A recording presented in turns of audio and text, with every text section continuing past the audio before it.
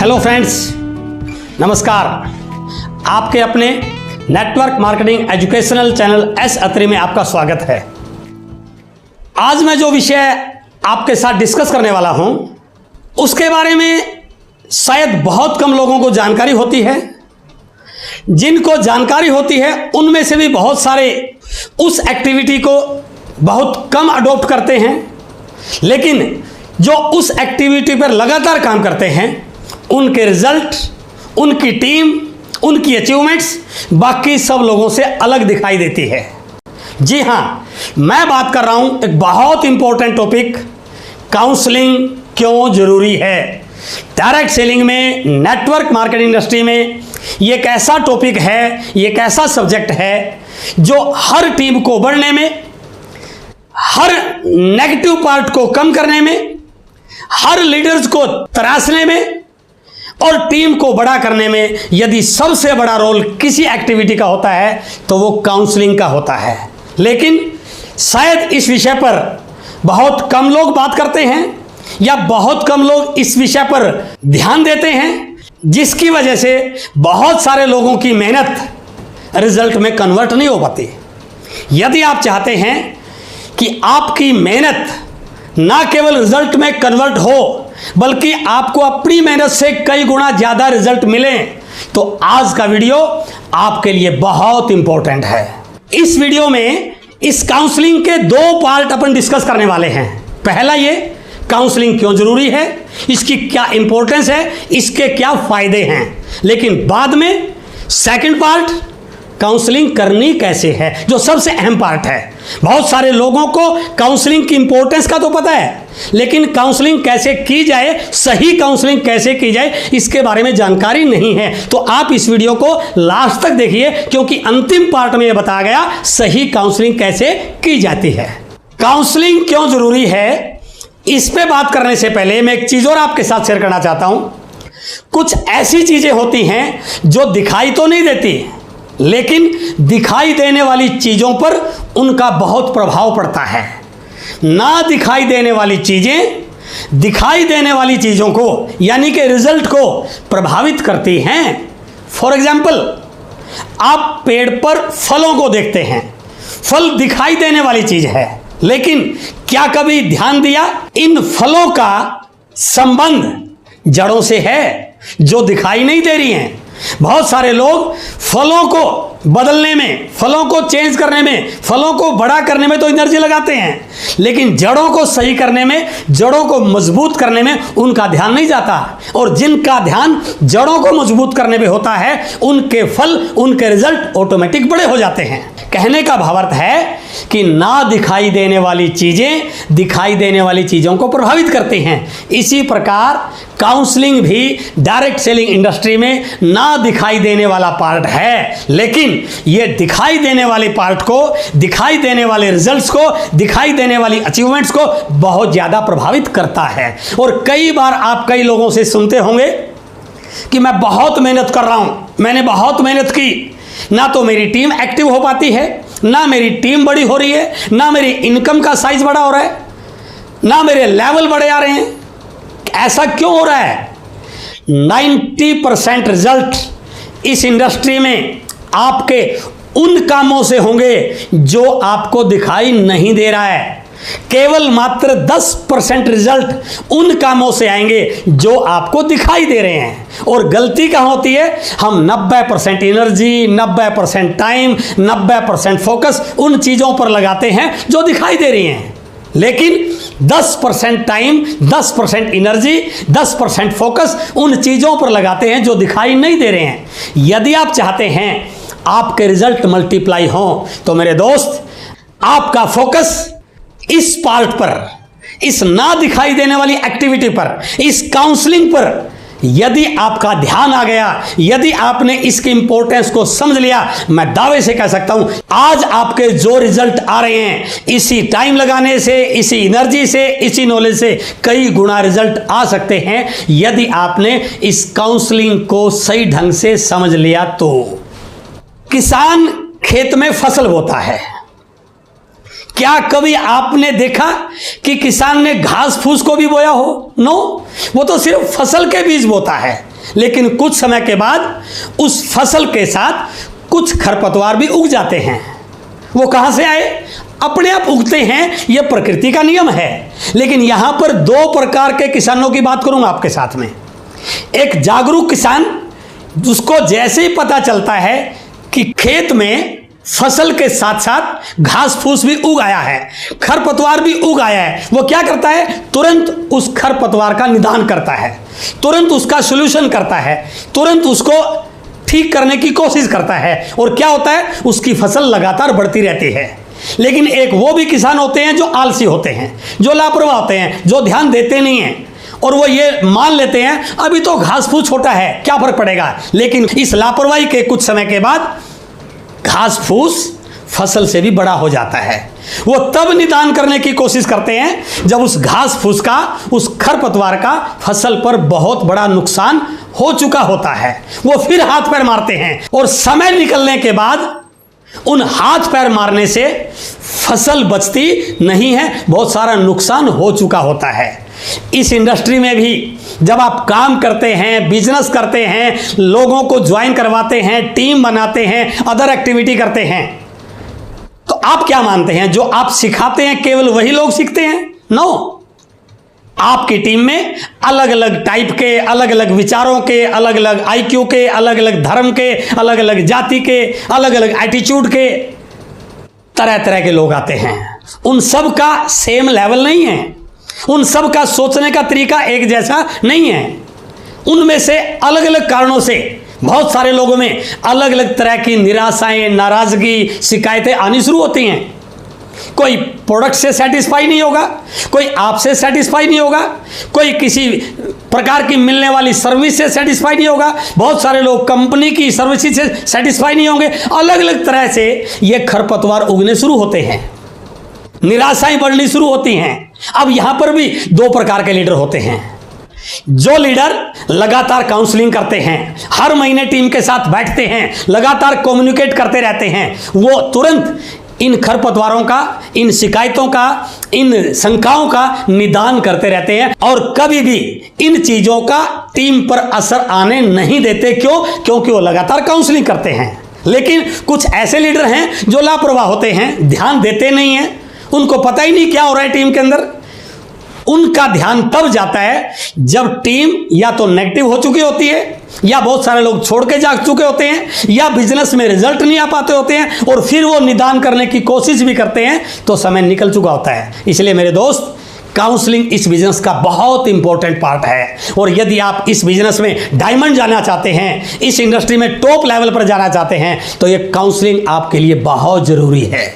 मैं आपके सामने दो टीमों का एनालिसिस, विश्लेषण दिखाने की कोशिश कर रहा हूं कि जिस टीम में काउंसलिंग होती है वहां क्या होता है, और जिस टीम में काउंसलिंग नहीं होती वहां क्या होता है। काउंसलिंग करने वाली टीम जो लगातार काउंसलिंग करती रहती है, जिस टीम में लगातार काउंसलिंग होती है, उनमें क्या क्या होता है? नंबर 1, वहां टीम वर्क होता है। एक लक्ष्य, एक आवाज, एक बात पर फोकस करना, एक दूसरे की बात को तवज्जो देना, रेगुलर टीम वर्क होता है। और डायरेक्ट सेलिंग इंडस्ट्री किसी भी अकेले व्यक्ति से नहीं चलती, ये टीम वर्क का बिजनेस है। और यदि एक दूसरे की बात को तवज्जो नहीं दी जा रही है, महत्व नहीं दिया जा रहा है, उस पर सारी टीम की एक राय नहीं है, तो समझ लो आपकी टीम में टीम वर्क नहीं है। और जिस टीम में टीम वर्क होता है वो लगातार आगे बढ़ती है, और जिसमें टीम वर्क नहीं होता वो आगे नहीं बढ़ती है। तो इसलिए काउंसलिंग टीम वर्क की भावना पैदा करती है। नंबर 2, जिस टीम में लगातार काउंसलिंग होती है, छोटी छोटी चीजों का निदान लगातार होता रहता है, छोटे छोटे बिजनेस को प्रभावित करने वाले कारण लगातार सोल्व किए जाते हैं, उन टीमों में पंचायत नहीं होती, उन टीमों में काम पर या बिजनेस पर फोकस होता है। लेकिन जिन टीमों में अपलाइन सीरियस नहीं है, काउंसलिंग के बारे में कभी ध्यान देता नहीं है, उसको पता ही नहीं है टीम किस दिशा में जा रही है, वहां पर छोटी छोटी बातों पर विवाद होता है, आपस में पंचायतें होती हैं, बैठकर बिजनेस की बजाय और विषयों पर चर्चा होती है। यह स्थिति कहां से उत्पन्न हुई? क्योंकि वहां पर कोई काउंसलर नहीं है। काउंसलिंग के बारे में कभी डिस्कस होता नहीं है। और यदि आप चाहते हैं आपकी टीम में भी केवल बिजनेस पर फोकस रहे, काम पर फोकस रहे, आगे बढ़ने पर फोकस रहे, तो आपको भी इस काउंसलिंग की इंपॉर्टेंस को समझना जरूरी है। तीसरा पॉइंट, जिन टीमों में काउंसलिंग होती है वह डिसिप्लिन होता है। हर चीज को यस यस यस, वहां नो शब्द कहीं आता ही नहीं, कोई किंतु परंतु करता ही नहीं, कोई विरोध होता ही नहीं। उनको पता है जो कुछ भी मेरे अपलाइन के द्वारा या सिस्टम के द्वारा निर्देश दिया गया वो हम सबके भले के लिए है। क्यों? क्योंकि कम्युनिकेशन लगातार होता है। और यदि जिस टीम में काउंसलिंग नहीं होती वहां मर्यादा ही नहीं होती, वहां डिसिप्लिन नहीं होता। हर व्यक्ति अपनी बात को ही सही ठहराने की कोशिश करता है। उनको लगता है इसको क्या पता, मुझे ज्यादा पता है। तो यदि आप चाहते हैं आपकी टीम डिसिप्लिन बने, क्योंकि किसी भी ऑर्गेनाइजेशन में वही टीम आगे निकलती है जहां डिसिप्लिन होता है, तो इसलिए काउंसलिंग आपकी टीम में डिसिप्लिन क्रिएट करने में बहुत बड़ा रोल प्ले कर सकती है। चौथा फायदा, जिस टीम में काउंसलिंग होती है वहां टीम में एनर्जी लेवल हाई होता है, सब में एनर्जी रहती है, हर व्यक्ति जोश में रहता है, हर व्यक्ति को लक्ष्य दिखाई देते हैं, कहीं पर किसी को किसी से कोई शिकायत रहती ही नहीं है। और जिन टीमों में काउंसलिंग नहीं होती वहां पर निराशा देखने को मिलती है, क्योंकि हर व्यक्ति के सामने इस बिजनेस में चैलेंज तो आते हैं। यदि कोई संभालने वाला नहीं होगा, पूछने वाला नहीं होगा, सॉल्यूशन देने वाला नहीं होगा, तो वो जो निराशा आई, जो चैलेंज आए, वो व्यक्ति के अंदर ही अंदर उसकी एनर्जी को दिमाग की तरह खाना शुरू कर देता है। तो इसलिए यदि आप चाहते हैं आपकी टीम में जोश रहे, और ये डायरेक्ट सेलिंग इंडस्ट्री जोशीले लोगों की इंडस्ट्री है, तो यदि आप चाहते हैं आपकी टीम में लगातार जोश बना रहे तो आप काउंसलिंग को लगातार कीजिए, ताकि कोई भी चुनौती यदि आई भी है हम मिल बैठकर उसको सॉल्व करने में कामयाब हो जाएं।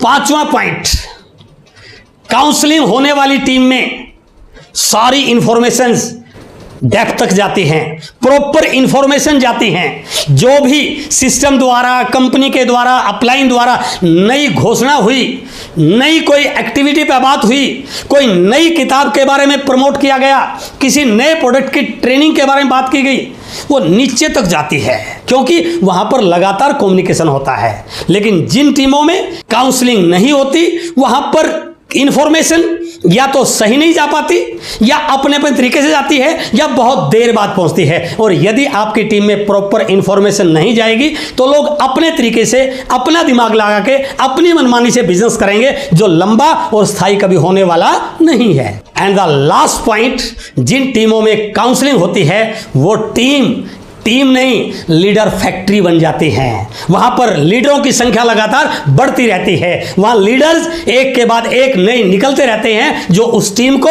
आगे बढ़ाने में और ऊंचाइयों पर ले जाने में अपनी जिम्मेदारी के साथ काम करना शुरू करते हैं। इसलिए काउंसलिंग इस इंडस्ट्री का अहम पार्ट है। अब प्रश्न आता है कि काउंसलिंग जरूरी तो है, लेकिन काउंसलिंग करनी कैसे है? काउंसलिंग दो प्रकार की होती है। पहली होती है 1-to-1 काउंसलिंग या लीडर वाइज काउंसलिंग, दूसरी होती है ग्रुप काउंसलिंग या टीम काउंसलिंग। दोनों में बहुत फर्क है, दोनों के कंटेंट्स में फर्क है, दोनों को करने के तरीके में फर्क है। मैं पहले बात कर रहा हूं 1-to-1 काउंसलिंग। 1-to-1 काउंसलिंग किन की होती है? नंबर 1, आपकी टीम के बहुत सारे लीडर्स लगातार काम कर रहे हैं, खूब मेहनत भी कर रहे हैं, आपको हर एक्टिविटी में नजर भी आते हैं, लेकिन उनका बिजनेस नहीं बढ़ रहा, उनका लेवल नहीं बढ़ रहा, उनकी इनकम नहीं बढ़ रही। इन लीडर्स को 1-to-1 काउंसलिंग की सबसे ज्यादा जरूरत है। दूसरा, ऐसे लीडर जो काम कर रहे हैं लेकिन लगातार आगे बढ़ रहे हैं, पूरे जोश में रहते हैं, इनको इनसे भी ज्यादा काउंसलिंग की जरूरत है। ऐसा ना हो ये जोश में कोई गलती कर बैठे, जोश में कोई ऐसा काम ना कर दें जो पूरी टीम के लिए नुकसानदायक हो जाए। और तीसरे वो लोग भी होंगे आपकी टीम में जिनको सब पता है, जिनका ध्यान ना बिजनेस पे होता, हमेशा शिकायत पर रहता है, उनकी शंका का कभी कोई समाधान होता ही नहीं। जब भी बात करेंगे कोई ना कोई नेगेटिव पॉइंट ही आपके सामने लेके आएंगे। तो इन तीसरी प्रकार के लीडर्स की काउंसलिंग करनी नहीं है, क्योंकि इनको सब पता है। यदि आप इनकी काउंसलिंग करने की कोशिश भी करोगे तो ये आपकी काउंसलिंग कर देंगे। तो मैं बात कर रहा हूं पहले दो प्रकार के लीडर्स की, 1-to-1 काउंसलिंग, पहला उन लीडर्स की जिनका बिजनेस नहीं बढ़ पा रहा है, एक्टिव हैं लेकिन बिजनेस क्यों नहीं बढ़ पा रहा है। एक बार इनके पास अकेले बैठने की जरूरत है। इनकी काउंसलिंग बिल्कुल अकेले की करनी है। इसमें किसी भी अपलाइन का या किसी और व्यक्ति की इन्वॉल्वमेंट नहीं होनी चाहिए, क्योंकि अकेला व्यक्ति आपको सारी चीजें सही ढंग से बता पाएगा। यदि आप मानते हैं ये लीडर लगातार काम करता है, हर एक्टिविटी में रहता है, बिजनेस में सही सक्रिय है, तो इसका बिजनेस क्यों नहीं बढ़ रहा। डेफिनेटली उसके अंदर कोई ना कोई नेगेटिविटी मिलेगी, चाहे वो पारिवारिक हो, चाहे वो फाइनेंशियली हो, चाहे वो उसके व्यवहार की वजह से हो, चाहे वो उसके कैरेक्टर की वजह से हो, या चाहे उसकी नासमझी की वजह से हो। कोई ना कोई एक ऐसा फैक्टर उसके अंदर आपको मिलेगा जो उसके बिजनेस को आगे बढ़ने नहीं दे रहा है। हो सकता है वो टीम में जाकर के कहीं से पैसे वैसे का लेन देन कर रहा हो सकता है उसका व्यवहार लोगों के साथ अच्छा ना हो सकता है वो लोगों के साथ तालमेल ना बना पा रहा हो सकता है वो प्रॉपर तरीके से बता ही नहीं पा रहा हो, सिर्फ भागदौड़ी कर रहा हो।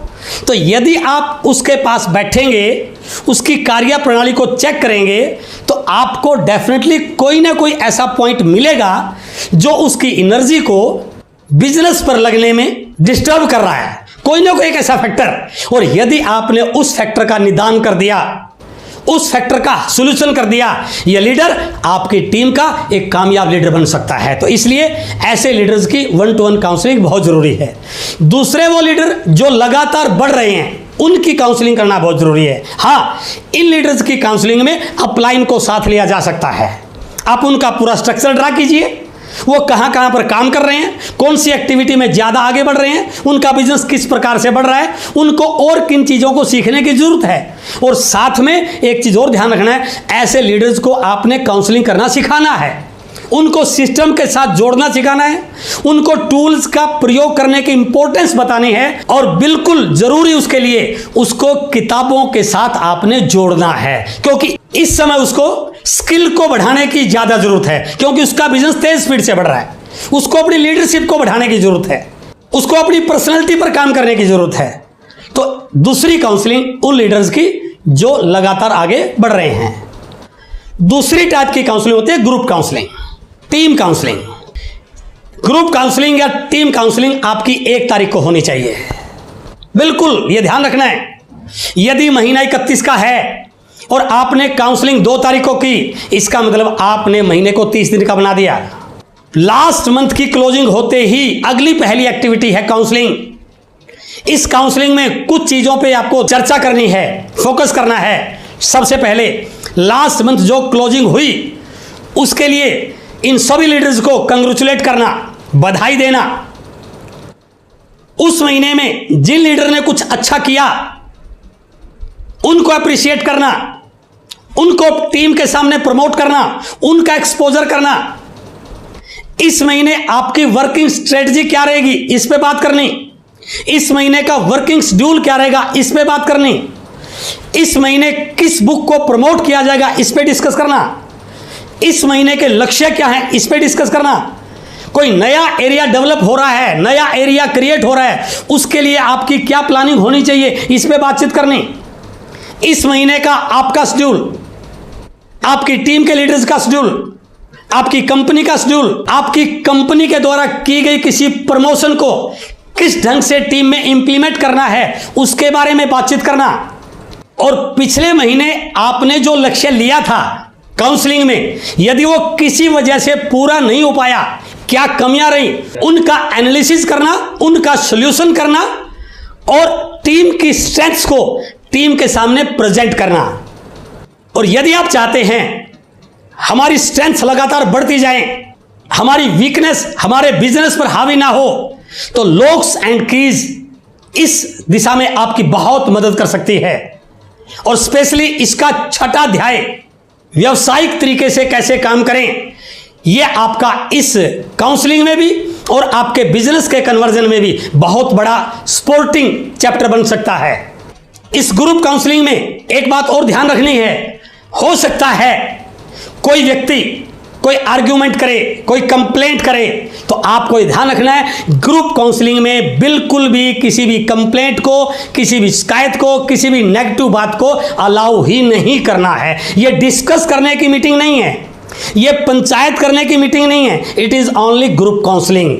इसमें नेगेटिव बात को कभी भी आपने वहां पर रखना ही नहीं है। हाँ, यदि किसी व्यक्ति की कोई शिकायत है तो उसको आप 1-to-1 काउंसलिंग में इनवाइट कीजिए, वहां पर उसका हल कीजिए, और फिर भी कोई बोलता है तो उसको बोलिए आप मेरे से अकेले में बात कर सकते हैं। यह आपको ध्यान रखना है। काउंसलिंग जितना बिजनेस को बड़ा करने में इंपॉर्टेंट है, उतना ही यदि गलत तरीके से हो गई तो शायद ये बिजनेस का नुकसान भी कर सकती है। इसलिए काउंसलिंग इस इंडस्ट्री का बहुत अहम पार्ट है, और अपनी टीम के मैच्योर लीडर्स को काउंसलिंग करने के लिए अपनी टीम में डुप्लीकेट करना शुरू कर देते हैं तो आपकी टीम में मल्टीप्लिकेशन का प्रिंसिपल शुरू हो जाता है। लेकिन एक ध्यान रखना है, अनमैच्योर लोगों को कभी भी काउंसलिंग करना अलाउ नहीं करना है, नहीं तो वो सारे किए कराए पर पानी फेर देगा, आपकी सारी मेहनत खराब हो जाएगी। तो इसलिए काउंसलिंग इस इंडस्ट्री का बहुत अहम पार्ट है। आप इसको रेगुलर कीजिए, यह आपके बिजनेस को बढ़ाने में, मल्टीप्लाई करने में आपके लिए बहुत बड़ा टूल कारगर साबित हो सकती है। इस चैनल को जिस प्रकार से पूरे हिंदुस्तान के लीडर्स का सपोर्ट और समर्थन मिल रहा है, मैं आपको विश्वास दिलाता हूं नेटवर्क मार्केटिंग की एजुकेशन के सारे टॉपिक आपके लिए यहां पर लगातार आते रहेंगे। यदि आपने इसको अभी तक सब्सक्राइब नहीं किया है, इसे सब्सक्राइब कीजिए, बेल आइकॉन को दबाइए। मिलते हैं अगले सप्ताह एक नए विषय के साथ। बहुत बहुत धन्यवाद। Thank you very much.